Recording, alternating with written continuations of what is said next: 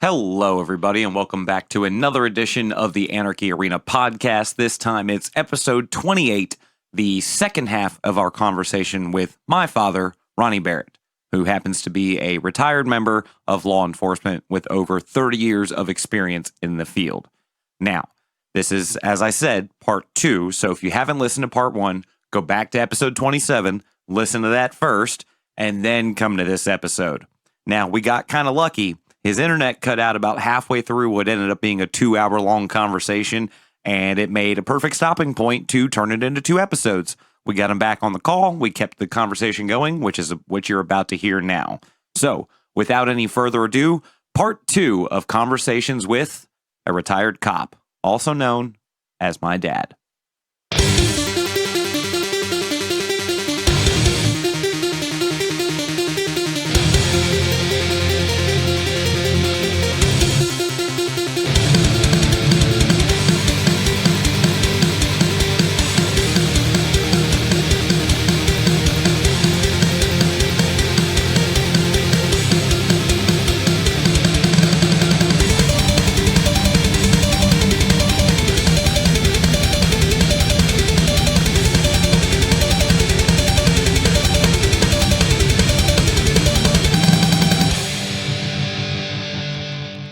So, Dad, are you familiar with Are you familiar and up to speed with the Breonna Taylor case?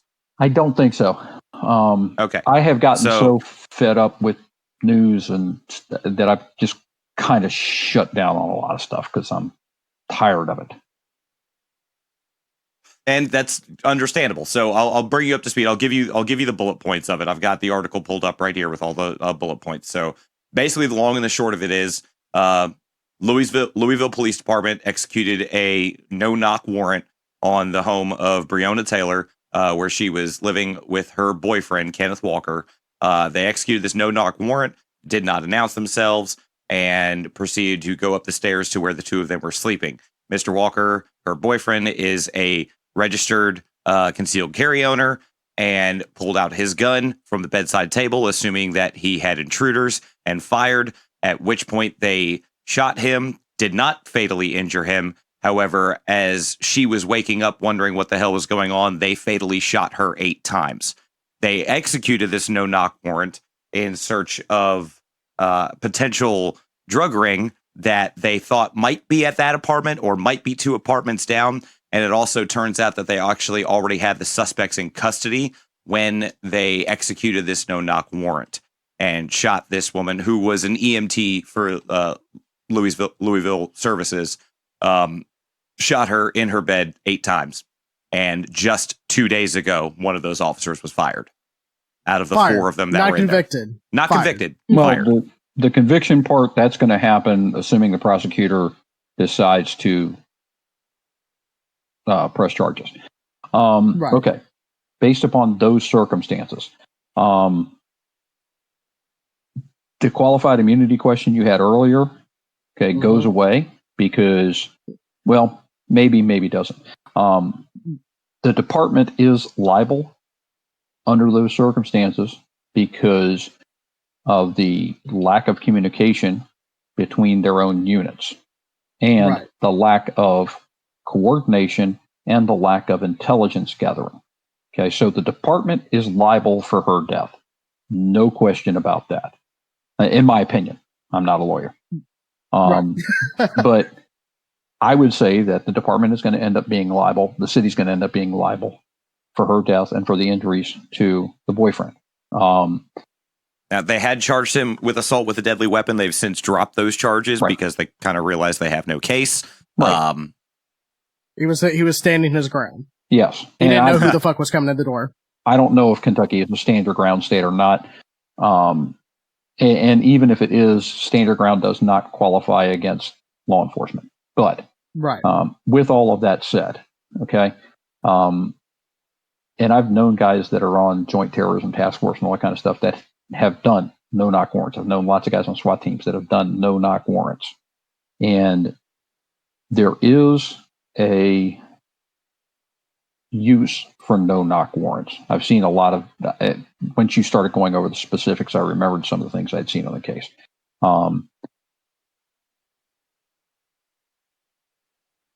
And the reason for the no-knock warrants came from incidents where before no-knock warrants were allowed, before the Supreme Court said, yes, you can do this, where officers were serving search warrants and had to announce themselves and were basically shot through doors and walls.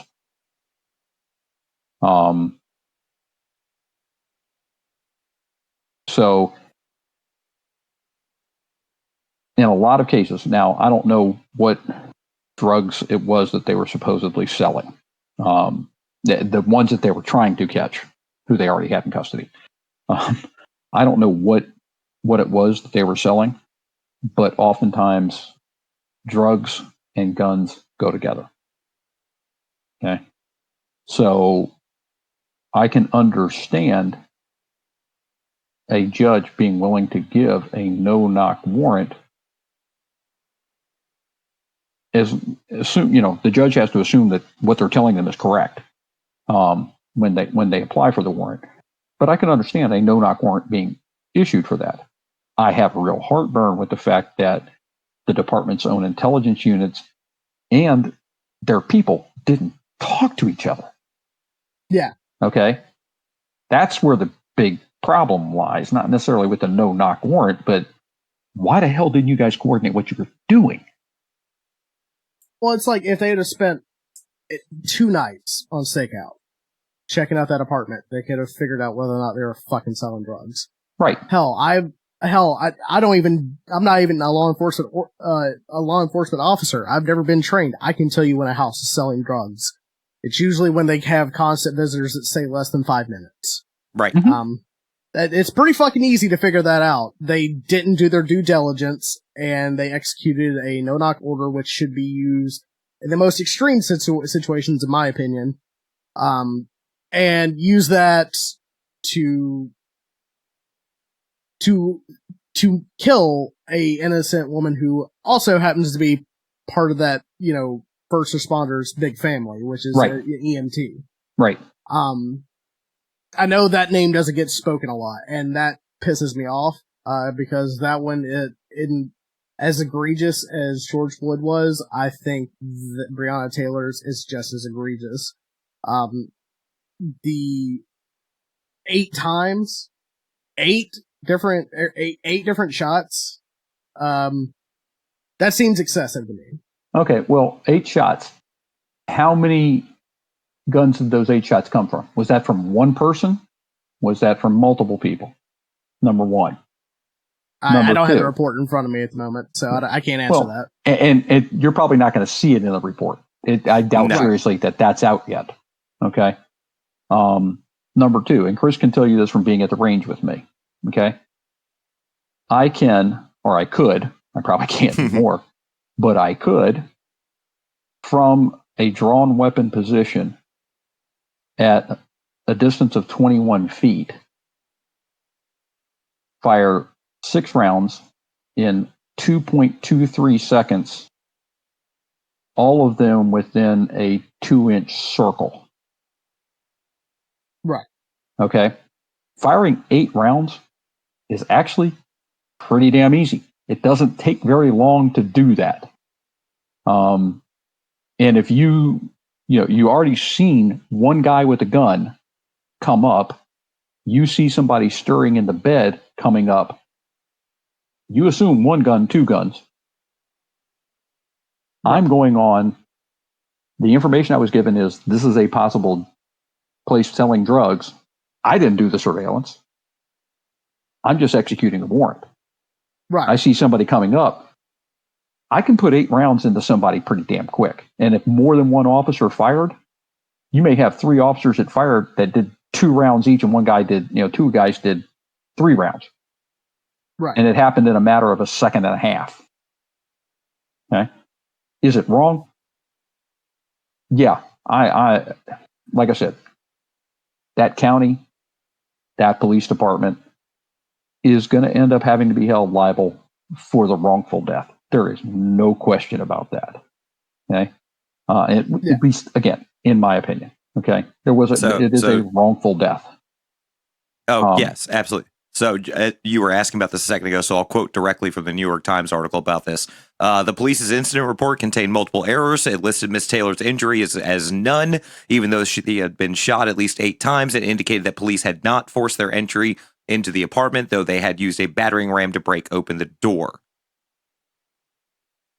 Okay. So I don't know if they misfiled their reports on purpose or not. I'm not going to comment either way on that. I think everyone can come to their own conclusions on that.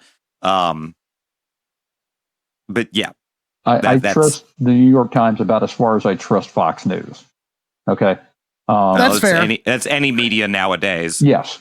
Okay. That's reason. That's another reason why I hate unless I had the report sorry, directly in front of me, I'm not believing anybody else what they tell me about the report.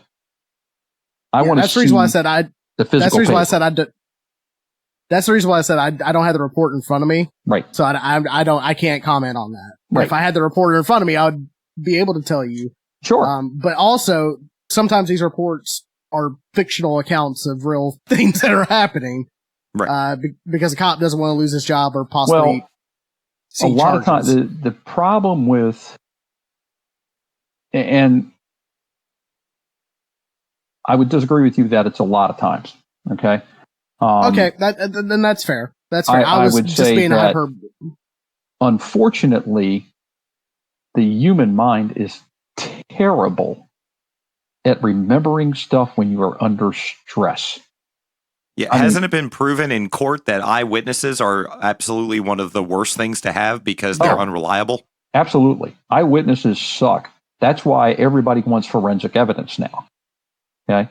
Right. Blood doesn't lie. Fingerprints don't lie.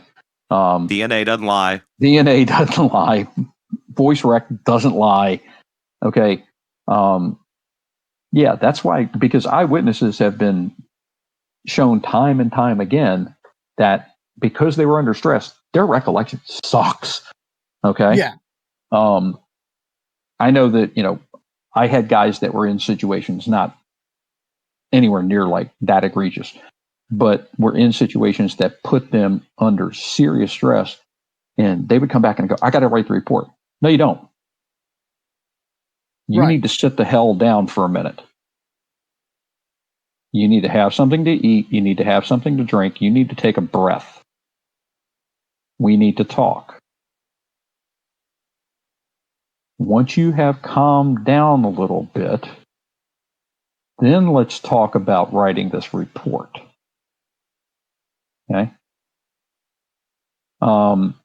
Most police agents, or I shouldn't say most, a number of police agencies have in their general orders that if somebody is involved in a shooting, they don't talk to IA immediately. They have 24 hours before they talk to IA, because under stress, you're not going to, right at that time, you're not going to remember exactly what the hell you did or exactly what the hell you saw. You need some processing time before all of that starts coming back to you. I used to tell my guys when I taught firearms, anybody from internal affairs or your supervisor, or I don't care who it is, even if it's me, okay? If you're involved in a shooting and I ask you how many rounds you fired, you look me dead in the eye and say, I don't know.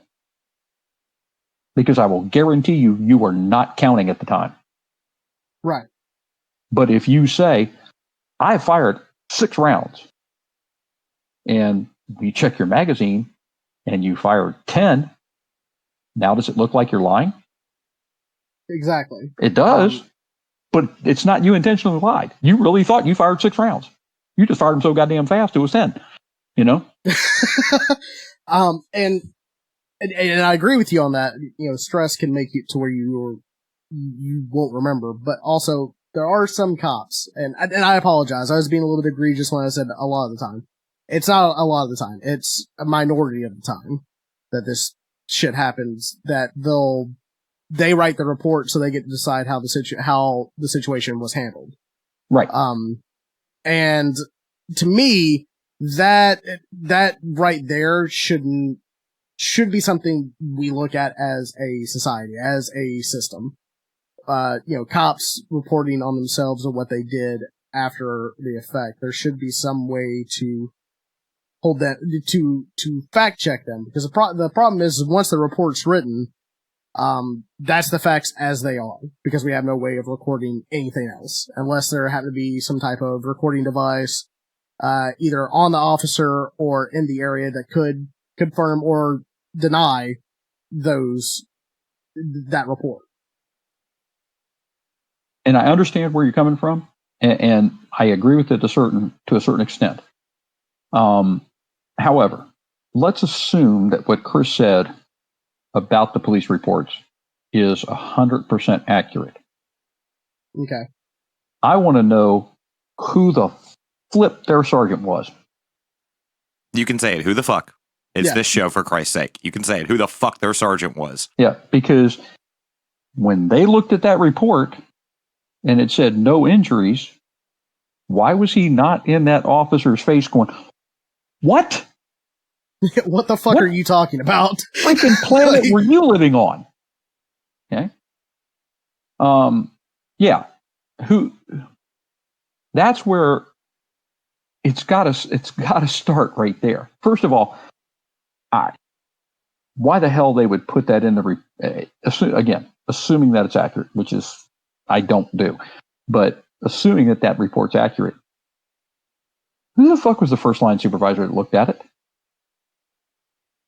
That should have been handed back to him going, okay, either you're the most ignorant SOB I have ever met in my entire life, or you're under way too much stress to be doing any goddamn thing right now if you can't even remember that. Right. Okay. And maybe if you're under that much stress, maybe you shouldn't be out in the fucking field. Maybe you should be sitting here typing reports so you can figure out how to do that first. Well, the thing is,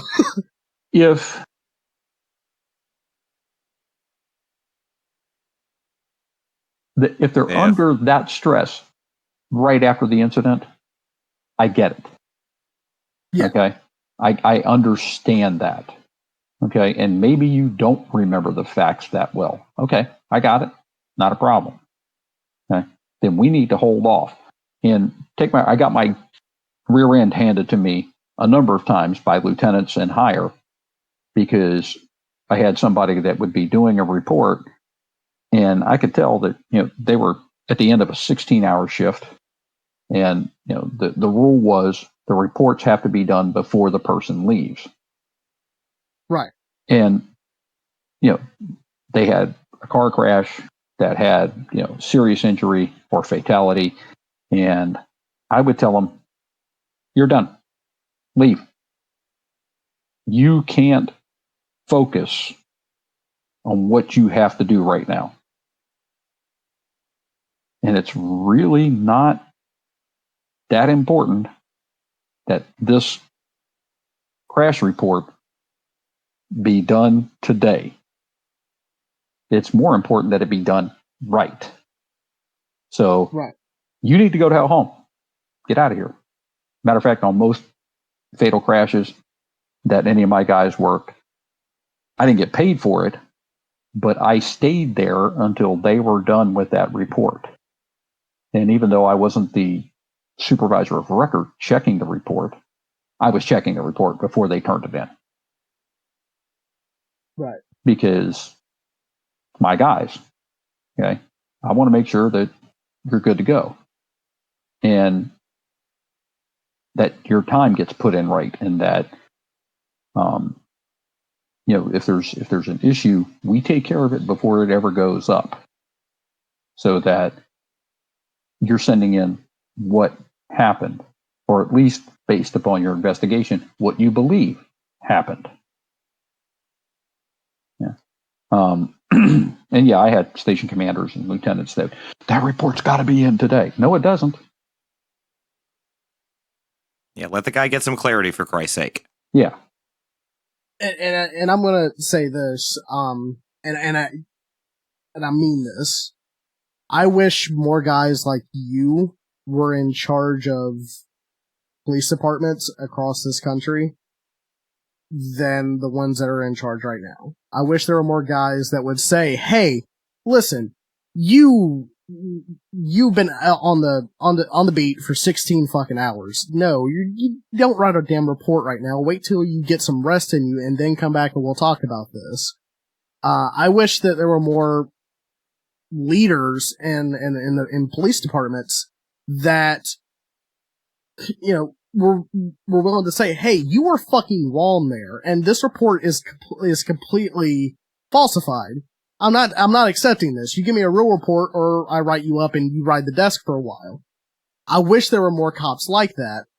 I don't know what stops more cops like that stops people from being like that. I don't know what stops them. It's called politics. It's called politics, and it's called John providing a perfect segue to the next little piece. So thank you inadvertently for that, John. Before he segues, it's unfortunately it's called politics, okay? Because as a general rule, it's not the police department that makes decisions about promotions. It's the human relations department that makes decisions about promotions. And if I'm buddy-buddy with somebody over in HR and I'm good at taking tests, it doesn't matter if I can find my ass with both hands. Okay? I was good at taking a test, and I got a buddy over there that puts my name up a little bit higher. Or I have somebody higher up in the scheme that says, hey, we really think that this nudge the chief. This is the one you need to promote. Right. And the chief isn't stupid because he's a political appointee too. They know that, okay, if I don't promote this one, then I'm going to have a hard row to sow here. So, fine, I'll promote him. Unfortunately,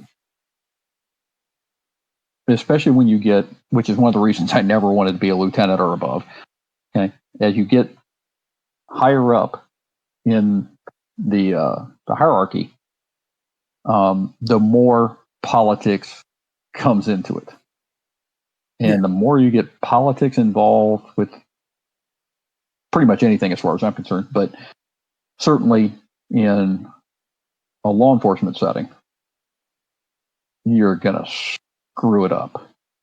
I had a bunch of chiefs over my career, and the vast majority of them walked in with great ideas. And they walked in wanting to make some good changes. And the powers that be above the police department beat them down until it got to the point where they just basically gave up. Yeah. They said, I'm not running my head into the wall anymore. Yeah, there's actually a lot of articles being posted by former cops that said, like, this is exactly the reason why police departments have been so fucked up. It's because the ones that actually want to do change, that actually want to introduce reform, get booted before they can do anything, or they just get beat down so much that they just give up and they don't want to do this because they want to keep their job. Yeah. And it sickens me. Like, no, the police department should have people that want to go in there and say, hey, we need to change how we approach things.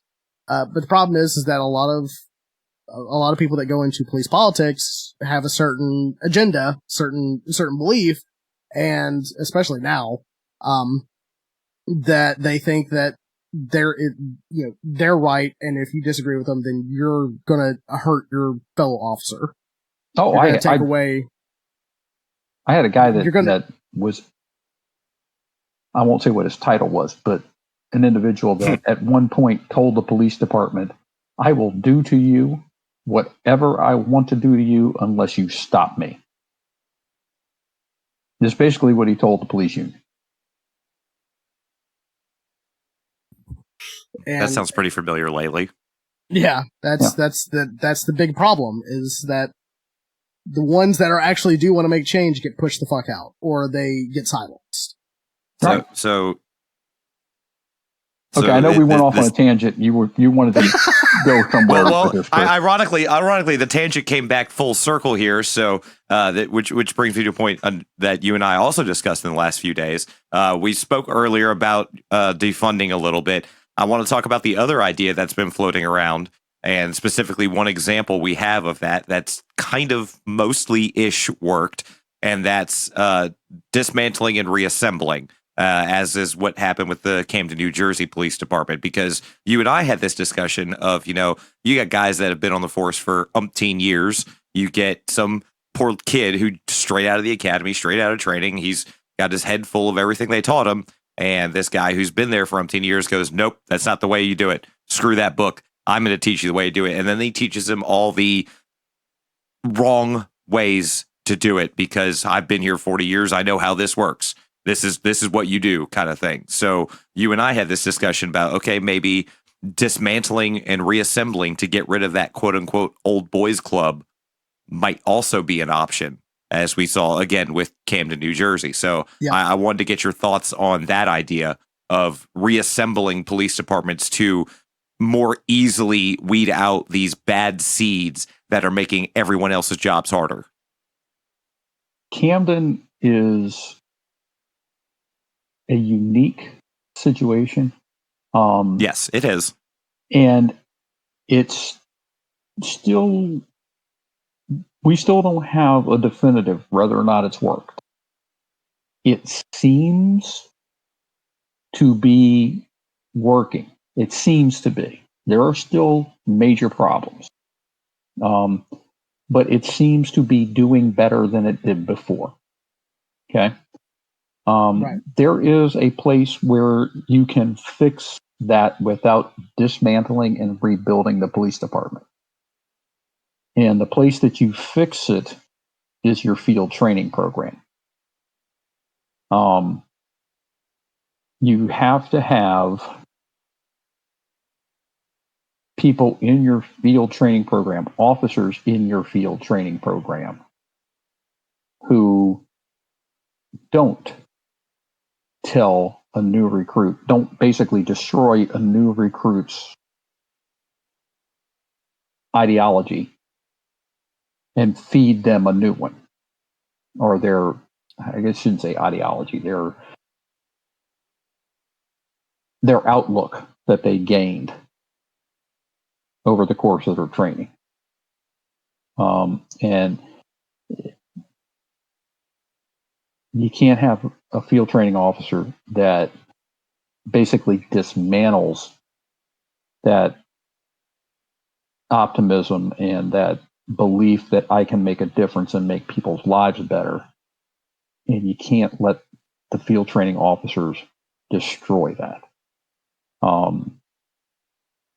Do you think that might be where some of the calls of the systemic racism are coming in, because you've got guys that have been there for umpteen years and they were taught by the guy who'd been there umpteen years who was taught by the guy who'd been there umpteen years, and that shit just gets kind of passed down and doesn't leave? Do you think that's where that comes from? I think some of that certainly comes from what you're saying. Absolutely. Okay. I think some of it comes from a lack of integrity. Okay. You do what's right because it's right, not because you're going to get kudos for it, not because you get more money for it, not because somebody said that's what you should do. Okay. You do what's right because it's right.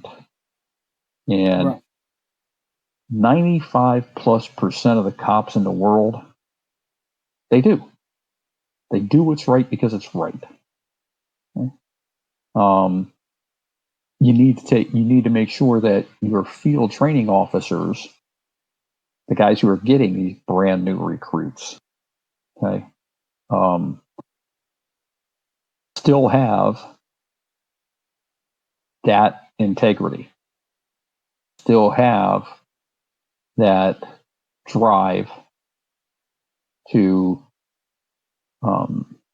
instill in their trainees, in the next generation of law enforcement, how to do the job well how to protect and serve, not how to cover your butt. Pretty sure it doesn't say that on the badge. I've never seen it. Okay. It's not even on the backside of it. Yeah, and I've looked on both sides. I've never seen it. Okay. One of the things that used to tick me off in my department is at one point we were hiring a lot of people, trying to get up to staffing, and they were taking people who were field training officers and basically burning them out. They were training every cycle constantly. They never got a break. And so you would have guys that said, look, I've had enough. I can't do this anymore. And they would say, sorry. You volunteered to begin with, so you can either be a field training officer or you can get fired. Now, put yourself in that situation. How good are you going to be with the next recruit? In that kind of mood, yeah, I could see how some bullshit would definitely creep in if you're being told, sorry, fuck you. Yeah, are you going to pencil whip their daily observation reports saying what they did? Sure you are. Okay. And it's unfortunate, okay, that it happens. It doesn't happen a lot. It happens some, okay? Right. But it doesn't take, one FTO over the course of 10 or 15 years of being a field training officer. How many recruits can they screw up? Mm-hmm. A whole before something happens. Yeah. Yeah. And that's where the field training supervisors need to be there, and they need to be listened to. When a field training supervisor says to whoever's in charge of field training program, training unit, or whatever, says, okay, this person needs a break. They need to be without a recruit this cycle. Okay, they need to recharge their batteries. They need to be listened to. Yeah, they do. Absolutely. Okay. And sometimes these newer recruits need to be listened to as well. I feel like sometimes that the newer recruits come in and say, hey, this guy is saying some fucked up shit. He's telling me something I know is wrong. Can we do something about it? And new recruits just being told, nah, not really. He's been here too long.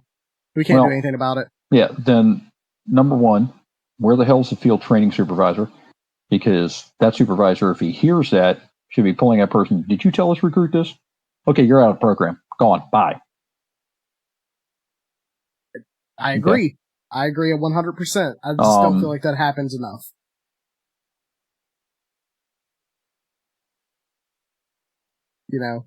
I feel like the reason why there's such a disconnect with the black community and police officers is because it's because both sides believe that the other one's trying to kill them, and both sides have reasons to think that.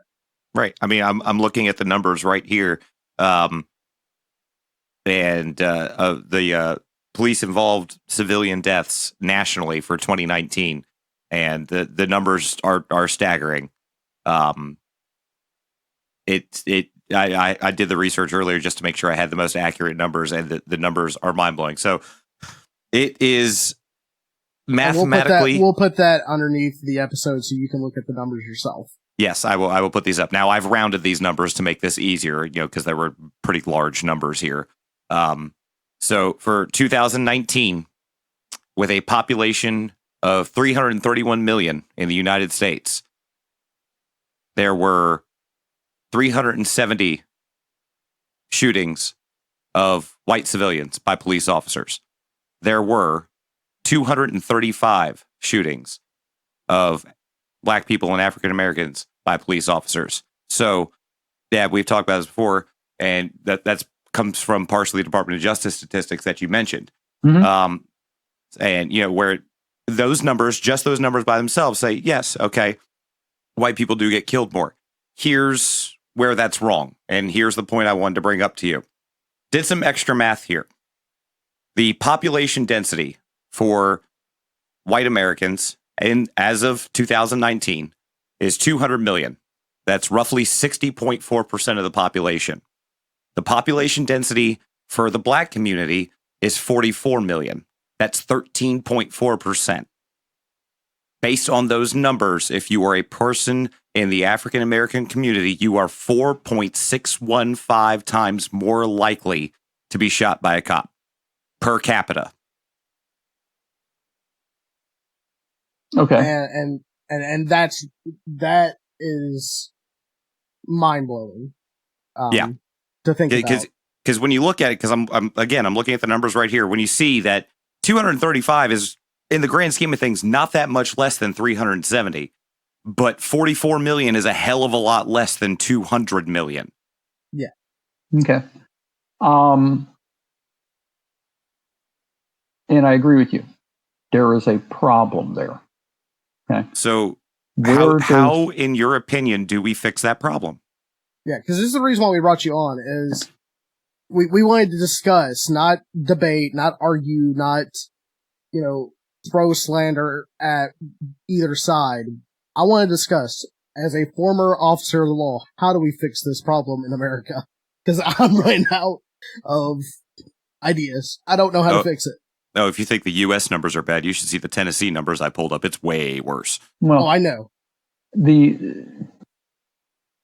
If I could fix this problem, I would not have the title retired sergeant. Right. Okay.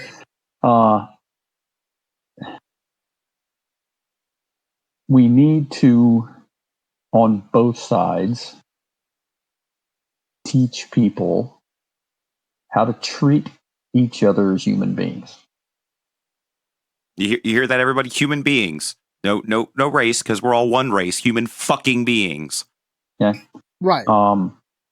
We need to teach cops that just because you're in a high crime community doesn't mean that everybody you run into in that community is guilty of committing those crimes. Right. We need to teach civilians that if the cop tells you to do something, do it. Don't fight, because you're going to lose. Just do what they said. Have a day in court. Right. My only so many of these incidents, and I'm sorry, John, but no. Go ahead. I want to hear this. So many of these incidents start with, and I get the fear factor. Okay, I understand it. I get the fear factor. Okay, but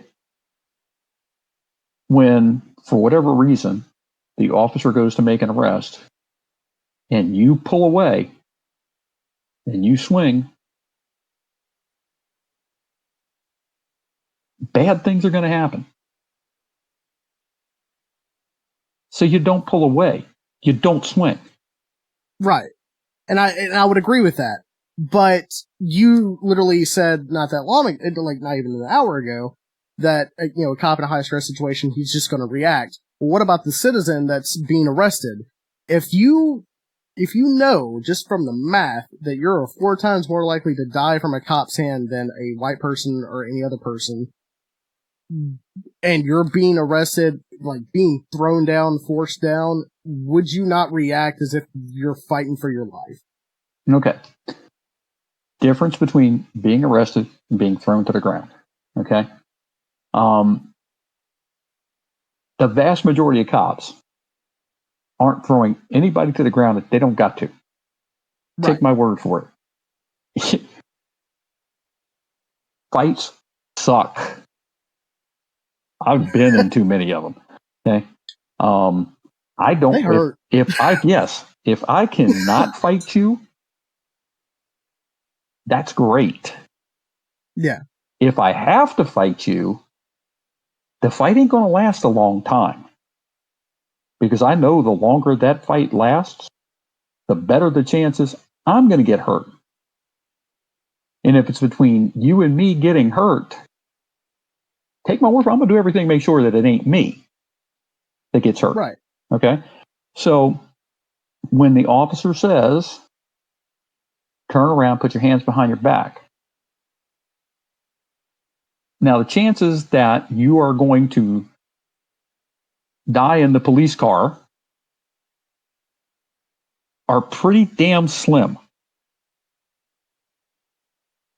But the chances that you're going to get hurt if you decide to fight at that point are a hell of a lot higher. And the more you fight, the more you do, the greater your chances go for the amount of injury you're going to receive. I used to tell people this all the time. Okay? Look, I'm the one writing you the ticket. You don't think it's right? Okay, not a problem. When you sign it, all that means is you're going to appear in court. You don't think I'm right? Go to court. Argue it in front of a judge. Let the judge make the decision. And what decision they make, I don't care. I stopped the problem that I saw here. So this is all done and over with. I've told people that I've arrested the same thing. I'm like, dude, stop. Okay? I'm not going to hurt you if you don't try to fight me. But this is the reason why I said the way I said it, which is if you have the belief that the person on the other side of that interaction is going to hurt you, I'm sorry, you're not going to react calmly. And we shouldn't be asking the person being arrested to act calmly if we're not going to ask the cop to act calmly. Oh, that's the issue. The cop needs to have, and this is one of the things we always tell recruits, you have to be in control of the situation. You have to be in control of yourself to be in control of the situation. If you're not in control of yourself, you don't have control of the situation. So let me counterpoint that a little bit. So we've seen the videos of all the protests that have been going on for the past few weeks, and even though the media has stopped reporting on them as much, they're still going on, people, by the way. They're still happening, no matter what mass media tells you. They're still happening everywhere.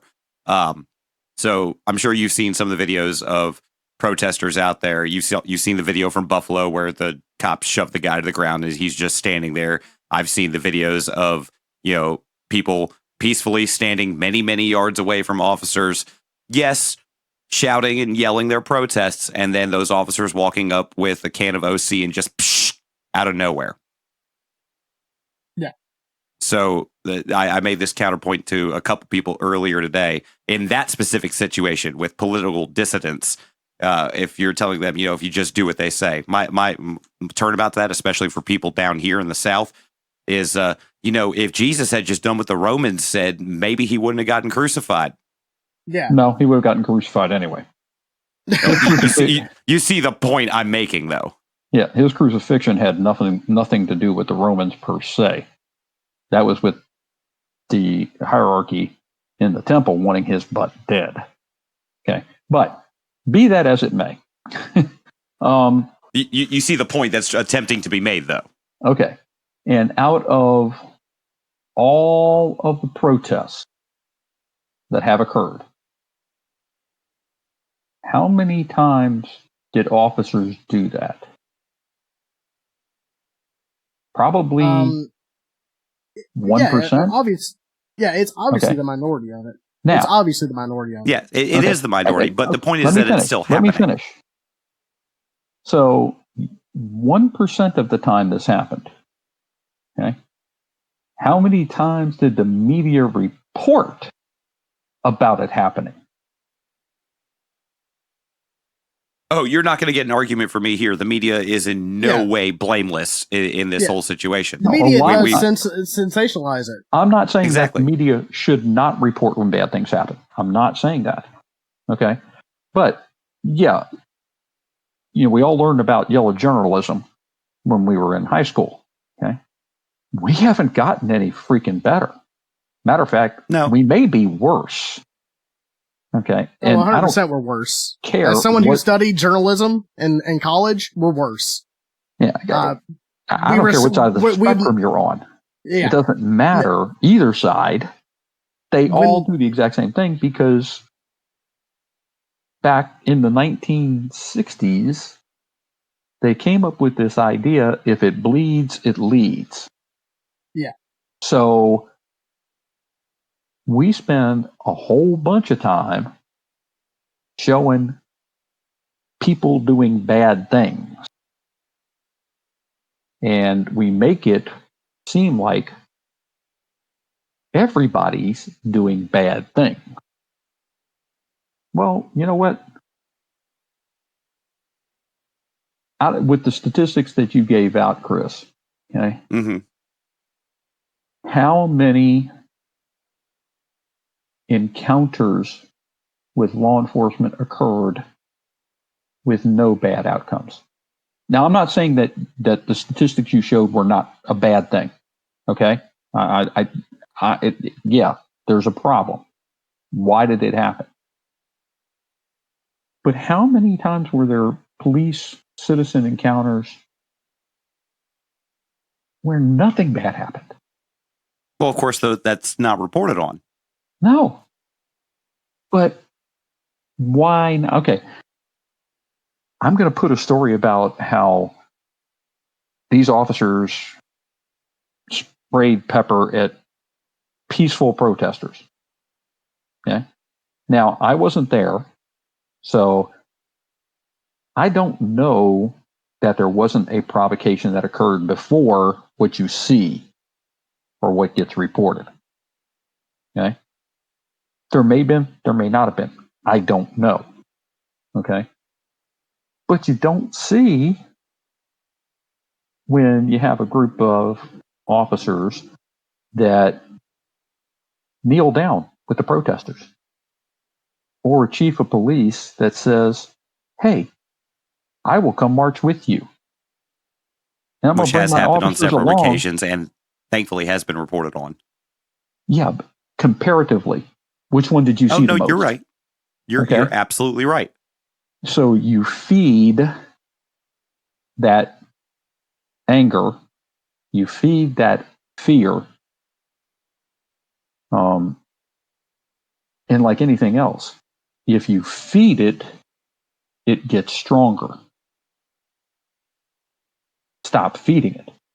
Doesn't mean don't talk about it when there's a problem, but don't feed it all the time. And that can be said for the other part of it too. Cops need to stop telling other cops, "Hey, man, you could easily be killed out in the field right now, and it's just over before you even know it." Cops need to stop telling each other that too. I'm not saying don't. I'm not saying don't be like, don't tell them, hey, be safe, keep your head on the swivel, stuff like that. But to say like, hey, you're going in that area, oh boy, well, hope you're wearing your flak jacket or some bullshit like that. It's a lot of times these officers go into the situations already expecting a fight, and first little provocation, boom, it's we're there. Right.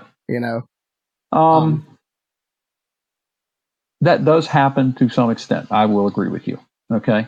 Yeah. It's not as prevalent as I think the general public believes.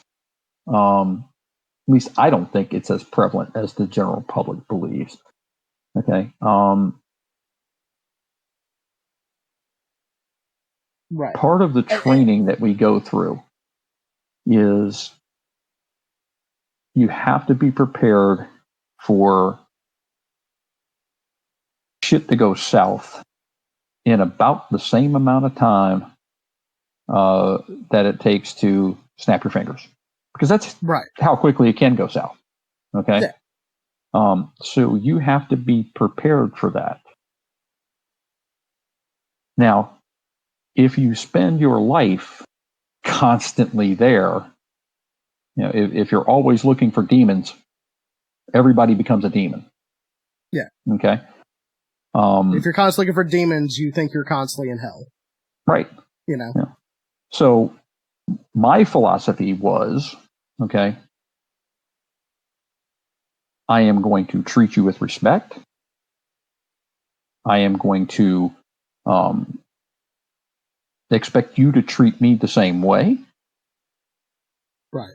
And in my mind, I'm going to expect you to do something bad, and I already have a game plan about what I'm going to do when you do that. Right. Okay. Every time I approach the car for a traffic stop, I assumed I was going to be looking down the wrong end of a gun when I walked up there. Now, did I go up there with my gun drawn? No. But I did go up there staying back far enough where I could see what the hell was going on in that car and put myself in a safe position. Right. Okay. Doesn't mean I was being paranoid. Just means I was watching out for safety. Okay. Right. And that way, if I assumed something bad was going to happen and it didn't, I was happy. Right. And then, hey, we had a great encounter here. Right. So, well, I was gonna say, like, and that's fine. I'm perfectly fine with you wanting to protect yourself. But defending yourself is a lot different from being on the attack, which unfortunately nowadays the culture, at least from my perspective, the culture in in law enforcement is now attack first, and don't give them the chance to be the first one to do something. I'll play advocate here for a second on that one. I think a lot of that, A, is media, because they're going to only show that happening, A. B, I would not be surprised to find out that a lot of the hiring practices at certain departments are skewed towards a certain type of individual, the kind of individual that maybe couldn't hack it in the armed forces, so they became a cop and still has that kind of mentality. And we've discussed this before. There's a big difference between being a soldier and being a police officer. Yeah. They are not the same thing. Yeah. No, they are not. You're absolutely correct. Okay. I would say that the problem you find is that you have a whole lot of people who go into law enforcement for the wrong reason. I agree with that. Too many kids grew up watching cops or grew up watching bad cop movies. Right. Okay. And, okay, I'm a product of my time. I grew up watching One Adam 12. Oh my God. And ironically, that's what his call sign was, if I remember right. No, actually, 42. Yeah, I was Adam 42. Yeah. But in that, the way they showed law enforcement then, One Adam 12, Dragnet, all of those shows. Hill Street. Okay. Hill Street got a little more provocative, but 90% of the time what you saw was cops trying to help people. Now, sometimes they had to do things that sucked, and they had to shoot at people, and they had to shoot people, and they had to do bad things. But 90% of the time, it was because they were trying to help people. Okay? Right. And then we went, I don't know when we took the left turn, but we took some kind of a weird ass back road somewhere that stopped being what we thought of. And so you got people that the images they have in their head of what law enforcement isn't really what it is. They walk or in, what it should be. Well, no, it's really not what it is 90% of the time. Okay, it's only 10% of the time that shit goes south. Okay? But they walk in thinking every day shit's going to go south on you. Well, Right. no, I don't think shit's going to go south on me every day. I kind of keep my eyes open and prepare in case it does. But I don't automatically think I'm walking into a war zone every day. Right. Okay. And for whatever reason, we brought up a bunch of people that seem to think that way, and they're thinking that way on both sides. Guys, They are. you're not in a war zone, okay? We are not in Lebanon. We are not in the Gaza Strip. Though to be fair, when you see the same equipment being used in the streets of Atlanta that would be used in the Gaza Strip, kind of explains the reason why that line's a little blurry. Yeah, well, the APCs, the M4s, and the full kits. Look, full jackets. The M4. I hate to disillusion some of your followers. Okay, you're talking about a highly overrated 22. Oh yeah. Okay, it is. It's a loud 22. It's a highly overrated 22. Okay, I would much rather have a 12 gauge shotgun than an M4. Right. Okay. But the M4 looks cool. Okay? Yeah. That used to be one of our tactical. biggest jokes to all the SWAT guys. If it's black and has Velcro on it. Oh, I used to swear to SWAT guys, you know what? When I retire, I'm going to buy 5,000 cases of toilet paper. I'm going to paint it black. I'm going to put Velcro on it. And I'm going to make a fortune selling that crap to you guys as tactical toilet paper. And they'd probably buy it. If it's black and got Velcro, it's got to be good, Right. So, yeah, unfortunately, people get stupid on both sides of the equation. Right, they do. Speaking of stupid, I have one more point I want to get to before we wrap this up on a lighter note. Okay. So this last point I want to get to is, if you haven't guessed, listeners, by now, those of us that run this show are no fans of the current administration. And if you haven't guessed by now where some of that might come from, it might come from the people who helped raise us. Dad, it would be no stretch to say that you are not a fan of this current administration. No, the current POTUS is in my fascist opinion, pig dog piece of shit.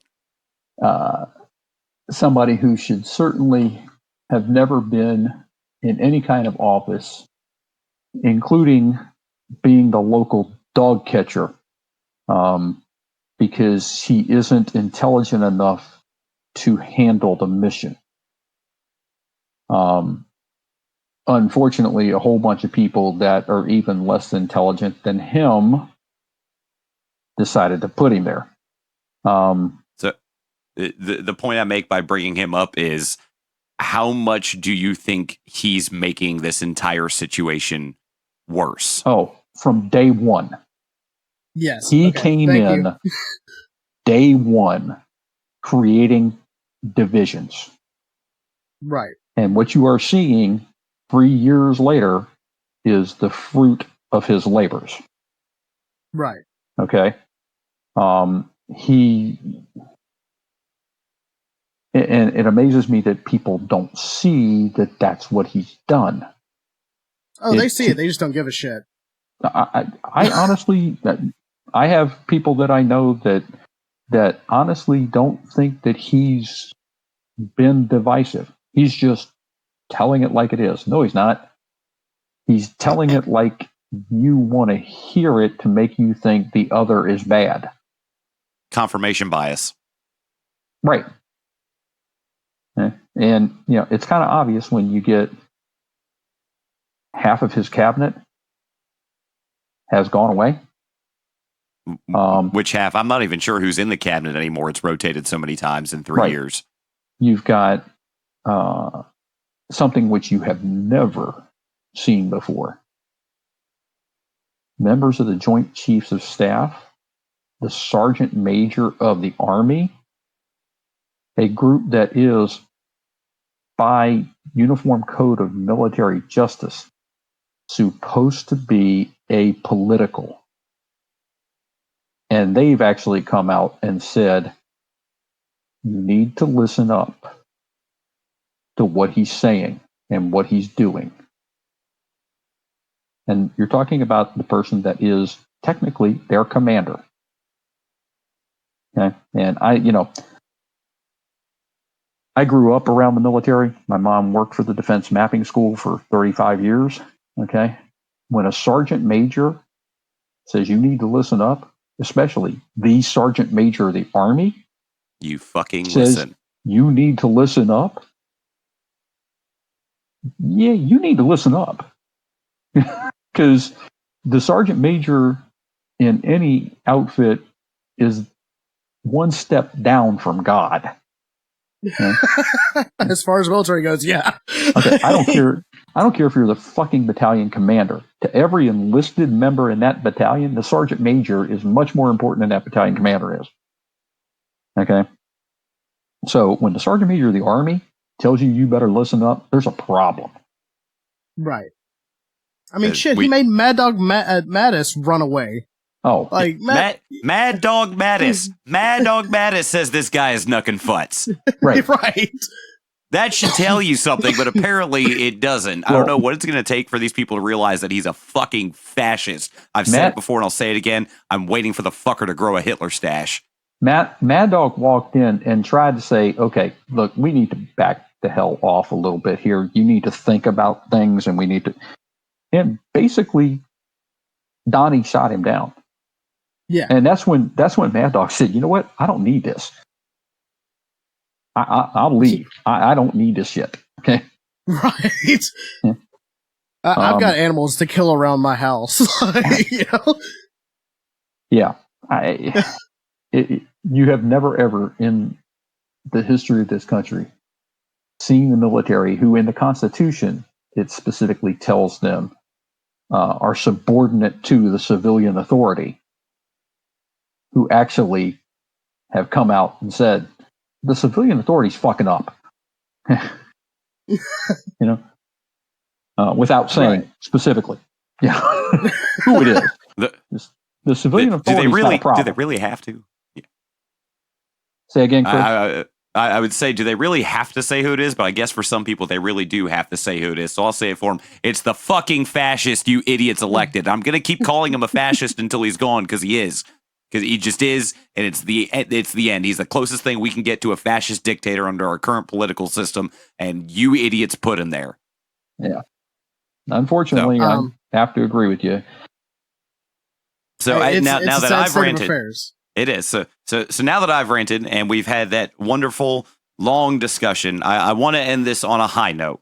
And the only way I can think of to end this on a high note is, Dad, I want you to tell us about the funniest damn thing that ever happened while you were on the job or making an arrest, or the funniest cop story you have from your career. Let's end this on a high note. Wow.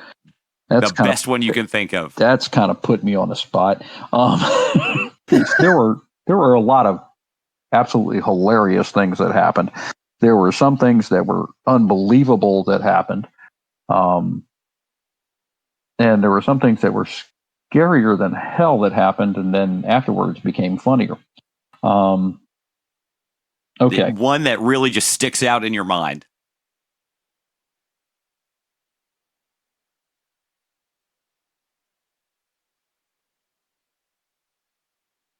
Probably the funniest one that happened, and it didn't happen directly to me, but it was still absolutely hilarious, was we had an individual who was suffering from some type of mental issue, don't know what, who the voice in his head told him he needed to remove all of his clothes and run out onto the tarmac and catch an airplane.